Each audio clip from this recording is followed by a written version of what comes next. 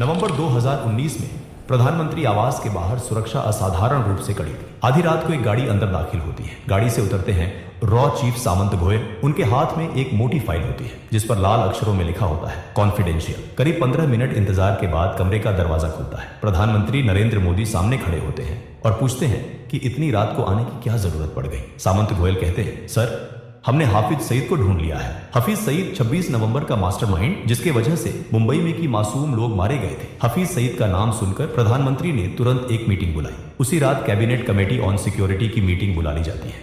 Table पर प्रधानमंत्री नरेंद्र मोदी, गृह मंत्री, विदेश मंत्री, NSA अजीत डोभाल और रॉ चीफ सामंत गोयल मौजूद होते हैं। गोयल फाइल खोलते हैं और हाफिज सईद की तस्वीरें, वॉइस सैंपल और इंटेलिजेंस रिपोर्ट्स सामने रखते हैं। वो बताते हैं कि अब UN में गुहार लगाने या अमेरिका से पाकिस्तान पर दबाव बनाने का समय निकल चुका है। अब भारत को खुद ऑपरेशन करना होगा। जैसे ही ऑपरेशन शब्द सुनाई देता है, प्रधानमंत्री पूछते हैं कि ऑपरेशन से उनका क्या मतलब है। गोयल साफ शब्दों में जवाब देते हैं कि हाफिज सईद को पाकिस्तान में उसके ISI आकाओं के सामने मौत के घाट उतारा जाएगा। मीटिंग में बैठे अजीत डोभाल कुछ पल सोचते हैं और फिर कहते हैं कि सईद को मारने का इससे बेहतर मौका शायद दोबारा नहीं मिलेगा। ये कहते हुए वो प्रधानमंत्री की ओर देखते हैं और हल्के से सिर हिला देते हैं। कमरे में फिर सन्नाटा छा जाता है। कुछ सेकंड बाद प्रधानमंत्री मोदी कहते हैं कि ऑपरेशन को आगे बढ़ाया जाए। इसी पर 26/11 के बाद पहली बार एक अधूरी कसम ने आकार लेना शुरू किया। इसी कसम का नाम था ऑपरेशन अलविदा। रॉ के पास सिर्फ एक ठोस जानकारी थी, हफीज सईद की लोकेशन। लेकिन यही जानकारी सबसे बड़ी चुनौती भी थी। सईद को पाकिस्तान की जमीन पर जाकर खत्म करना आसान नहीं था। वो लाहौर के पौश इलाके जोहार टाउन में रहता था, जहां उसकी सुरक्षा किसी किले से कम नहीं थी। 24 घंटे पाकिस्तान पुलिस की तैनाती, CCTV निगरानी और सीमित आवाजाही। सईद के घर तक पहुंचना लगभग नामुमकिन था। सीधे ऑपरेशन का मतलब था अंतर्राष्ट्रीय संकट। रॉ को समझ आ गया था कि अगर सीधा वार संभव नहीं है तो रास्ता अंदर से बनाना होगा। इसके लिए जरूरी था सईद के घर के बेहद पास एक सुरक्षित और भरोसेमंद लोकल बेस, ऐसा ठिकाना जो शक के दायरे में न आए लेकिन हर गतिविधि पर नजर रख सके। कहानी यहीं से एक अलग मोड़ लेती है। दिसंबर 2019, दुबई। नावेद नाम का एक पाकिस्तानी नागरिक पिछले 6 महीनों से दुबई की एक जेल में बंद था। वजह मामूली थी, एक छोटी सी चोरी। नावेद एक आम आदमी था, कोई आतंकी नहीं, कोई एजेंट नहीं। एक दिन अचानक जेल के दरवाजे खुले। नावेद को बेल मिल गई थी। बेल कराने वाला आदमी था वासे। जेल से बाहर निकलते ही नावेद ने हैरानी में पूछा कि उसने उसकी मदद क्यों की। वासे ने कहा, मुझे तुम्हारी जरूरत है। उसने बताया कि उसका कारोबार पाकिस्तान और दुबई दोनों जगह फैला है और उसे एक भरोसेमंद पार्टनर चाहिए। नावेद उलझन में था। वो जानता था कि ये ऑफर असामान्य है, लेकिन पैसों की सख्त जरूरत ने उसकी शंकाओं को दबा दिया। कुछ ही समय बाद वासे ने उसे 50 लाख पाकिस्तानी रुपये दिए। ये रकम नावेद के लिए जिंदगी बदल देने वाली थी। कुछ महीनों बाद नावेद पाकिस्तान लौट आया। यहीं से रॉ की योजना जमीन पर उतरने लगी। एक दिन वासे का फोन आया। निर्देश साफ थे, लाहौर के जौहर टाउन में एक घर किराए पर लेना है। नावेद ने बिना सवाल किए हाउस नंबर 120 किराए पर ले लिया। ये घर सईद के घर से बेहद नजदीक था, इतनी नजदीक कि वहां से उसकी गतिविधियों पर नजर रखना संभव हो सके। नावेद को यह नहीं बताया गया था कि वासे असल में कौन है। सच्चाई ये थी कि वासे रॉ का एजेंट था। जो बेस रॉ महीनों से ढूंढ रही थी वो अब नावेद के घर के रूप में मिल चुका था। इसके बाद रॉ के एजेंट अलग अलग समय पर नावेद के घर आने जाने लगे, कभी कुछ दिनों के लिए, कभी कुछ हफ्तों के लिए। नावेद ने कभी सवाल नहीं किए, वो वही करता रहा जो वासे कहता था। अगले 6 महीनों में रॉ के एजेंट्स ने हफीज सईद की हर गतिविधि को बेहद बारीकी से ट्रैक किया। उसके घर के बाहर क्या हो रहा है, घर के अंदर कौन आ जा रहा है, किस समय कौन सी हलचल होती है, ये सारी जानकारी मिनट दर मिनट दर्ज की जाती रही। जौहर टाउन में बना वो गुप्त ठिकाना अब पूरी तरह काम करने लगा था। ये सारी इंटेलिजेंस लगातार भारत भेजी जा रही थी। दिल्ली में बैठे रॉ चीफ सामंत गोयल हर अपडेट पर नजर रखे हुए थे। ऑपरेशन अब अपने आखिरी चरण के बेहद करीब पहुंच चुका है। इस दौरान एक बात किसी के ध्यान में नहीं आई। नावेद हफ्ते में एक बार अपने परिवार से मिलने जाता था। ये उसकी सामान्य दिनचर्या का हिस्सा था, इसलिए रॉ के एजेंट्स ने इस पर ज्यादा ध्यान नहीं दिया। उन्हें लगा कि ये एक आम आदमी की आम जिंदगी है। अब प्लानिंग लगभग पूरी हो चुकी थी। लोकेशन, टाइमिंग, सब कुछ तय था। बस एक आखिरी कड़ी बाकी। कुछ ही दिनों बाद वासे का नावेद को फोन आया। उसने नावेद को दुबई आने को कहा। वजह नहीं बताई गई। दुबई में दोनों की मुलाकात होती है। बातचीत के दौरान वासे अचानक एक गंभीर सवाल करता है। वो कहता है, क्या तुम्हें नहीं लगता कि पाकिस्तान जिन आतंकियों को पनाह देता है वो गलत है? नावेद बेपरवाही से जवाब देता है, इससे हमें क्या फर्क पड़ता है, वो तो हमारे दुश्मन हिंदुस्तानियों को मारते हैं। वासे कुछ पल चुप रहता है, फिर वो कहता है, मैं एक यहूदी के लिए काम करता हूँ। 26/11 हमले में उस यहूदी ने अपना पूरा परिवार खो दिया था। अब वो तुम्हारे पड़ोसी हाफिज सईद को मारना चाहता है। ये सुनते ही नावेद हैरान रह जाता है। उसके लिए यह सब किसी फिल्मी कहानी जैसा था।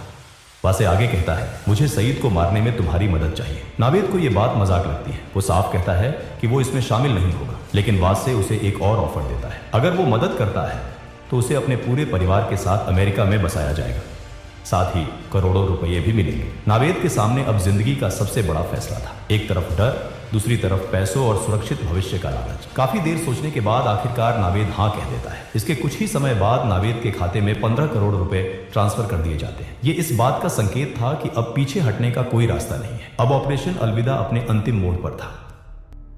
कई हफ्तों की गहन सोच विचार और जोखिम के आकलन के बाद रॉ एक निर्णायक नतीजे पर पहुंची। तय हुआ कि हाफिज सईद को कार बम के जरिए निशाना बनाया जाएगा। नावेद के घर में रह रहे रॉ के एजेंट्स ने चुपचाप एक काली टोयोटा कोरोला खरीदी। इसी गाड़ी के भीतर 300 किलो आरडीएक्स भर दिया गया। पूरा काम इतनी सफाई से किया गया कि किसी को शक तक नहीं हुआ। इस कार को नावेद के घर से कुछ दूरी पर एक अंडर कंस्ट्रक्शन बिल्डिंग में पार्क कर दिया गया। वहां न चौकीदार था न कैमरे। इस कार के बारे में नावेद को बिल्कुल पता नहीं। अब रॉ के सामने सबसे बड़ा सवाल था, इस कार को सईद के घर तक कौन ले जाएगा। यह ऐसा काम था जिसमें ड्राइवर का जिंदा लौटना लगभग नामुमकिन था। रॉ को एक ऐसे इंसान की जरूरत थी जो पैसों के बदले अपनी जान देने को तैयार हो। कुछ ही समय बाद अफगानिस्तान से एक आदमी को चुपचाप पाकिस्तान लाया गया। वो बेहद गरीब था, लेकिन एक बात साफ थी, वो मरने से नहीं डरता था। उसे भरोसा दिलाया गया कि ऑपरेशन के बाद उसके परिवार को बड़ी रकम दी जाएगी। अब नावेद के घर में कुल 4 लोग थे, 3 रॉ एजेंट और 1 अफगानिस्तानी। नावेद ने कभी नहीं पूछा कि ये लोग कौन हैं, कहां से आते हैं और क्या करते हैं।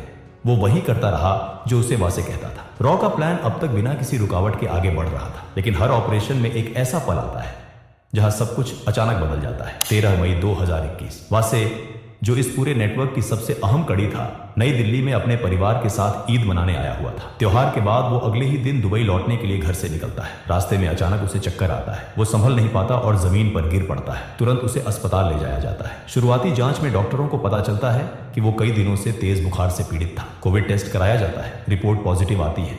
हालत तेजी से बिगड़ती है और वासे को आईसीयू में शिफ्ट कर दिया जाता है। अगले 2 दिन वो जिंदगी और मौत के बीच जूझता रहता है। आखिरकार रॉ का ये जाबाज और बेहद अहम एजेंट दुनिया को हमेशा के लिए अलविदा कह देता है। जैसे ही ये खबर रॉ हेडक्वार्टर्स पहुंचती है, वहां भूचाल आ जाता है। वैसे सिर्फ एक एजेंट नहीं था, वही नावेद को संभालता था। उसकी मौत का मतलब था कि पूरा ऑपरेशन फेल। वही दूसरी तरफ नावेद की आदत थी कि वो हफ्ते में एक बार अपने परिवार से मिलने लाहौर से बाहर निकलता था। लेकिन इस बार कहानी कुछ और ही थी। इस बार नावेद की गाड़ी सीधे एक हाई रैंकिंग आईएसआई ऑफिसर के घर पर जाकर रुकी। असल सच्चाई ये थी कि नावेद कभी पूरी तरह ईमानदार नहीं था। वो शुरू से ही वासे पर शक करता आ रहा था। शुरुआत में यह शक हल्का था, लेकिन जैसे जैसे वक्त बीतता गया, यह शक गहराता चला गया। और जिस दिन वासे ने उसके सामने हफीज सईद को मारने की बात कही, उसी दिन नावेद का शक यकीन में बदल गया। नावेद समझ चुका था कि वो किसी बेहद खतरनाक खेल का हिस्सा बन चुका है। इसी जानकारी को वो चुपचाप पाकिस्तानी एजेंसियों तक पहुंचा देता है। ये खबर बेहद सेंसिटिव थी और इसके असर तुरंत दिखने लगे। रॉ तक जैसे ही ये इनपुट पहुंचता है, हालात पल भर में बदल जाते हैं। एजेंसी बिना एक पल गवाए आदेश देती है कि जौहर टाउन वाले घर से सभी एजेंट्स को तुरंत निकाल लिया जाए। कुछ ही घंटों में वो घर खाली कर दिया जाता है। इसके बाद आईएसआई के लोग उस इलाके की छानबीन करती है, लेकिन उनके हाथ कोई ठोस सबूत नहीं लगता। अब रॉ के सामने सबसे बड़ी दुविधा खड़ी हो जाती है। महीनों की मेहनत, रिस्क और तैयारी, सब कुछ दांव पर लगा था। सवाल सिर्फ एक था, क्या ऑपरेशन को आगे बढ़ाया जाए या यहीं रोक दिया जाए। इस गंभीर मुद्दे पर एक बार फिर रॉ की एक अहम मीटिंग होती है। मीटिंग में देश के प्रधानमंत्री नरेंद्र मोदी भी मौजूद होते हैं। आखिरकार फैसला लिया जाता है, ऑपरेशन जारी रहेगा। अब कहानी अपने अंतिम अध्याय में दाखिल होती है। जून 2021, लाहौर, सुबह के ठीक 11 बजे। रॉ के एजेंट्स अफगान युवक को पूरी सावधानी से आईएसआई की नजर से बचाते हुए उस अंडर कंस्ट्रक्शन बिल्डिंग तक लाते हैं। यही वो जगह थी जहां पहले से विस्फोटकों से भरी काली कोरोला गाड़ी खड़ी थी। युवक को एक बार फिर पूरा प्लान विस्तार से समझाया जाता है। कहाँ जाना है, कितनी दूरी है और क्या करना है, सब कुछ। युवक शांत था, उसे पता था कि वो वापस नहीं लौटेगा। कुछ देर बाद काले रंग की कोरोला गाड़ी आगे बढ़ती है। गाड़ी के अंदर 300 किलो विस्फोटक भरा होता है। कार तेज रफ्तार में सड़क पर दौड़ने लगती है और हाफिज सईद के घर के पास पहुंचती है। सईद के घर से कुछ ही दूरी पहले एक चेक पोस्ट बना हुआ था। वहां खड़े पुलिसकर्मी रोज की तरह ड्यूटी पर थे। अचानक उनकी नजर एक तेज रफ्तार से आती काली कार पर पड़ती है। गाड़ी की रफ्तार सामान्य नहीं। पुलिसकर्मी तुरंत हाथ उठाकर गाड़ी को रोकने का इशारा करते हैं, लेकिन इससे पहले कि वो कुछ समझ पाते, गाड़ी सीधे बैरिकेड से टकरा जाती है और अगले ही पल एक जोरदार धमाका होता है। धमाके की आवाज पूरे जौहर टाउन में गूंज जाती है। आग और धुएं का गुबार आसमान में उड़ता है। धमाके की ताकत इतनी ज्यादा होती है कि हाफिज सईद के घर की एंट्रेंस, लोहे का गेट और सामने का ढांचा पूरी तरह उड़ जाता है। जो इंसान सालों से भारत में मासूम लोगों की जान लेता आया था, उसी के घर आज मौत दस्तक दे चुकी है। धमाके की आवाज सुनते ही सईद पूरी तरह घबरा जाता है। उसे समझ नहीं आता कि क्या हो रहा है। डर के मारे वो अपने घर के अंदर सोफे के नीचे छुप जाता है। उसका शरीर कांप रहा होता है।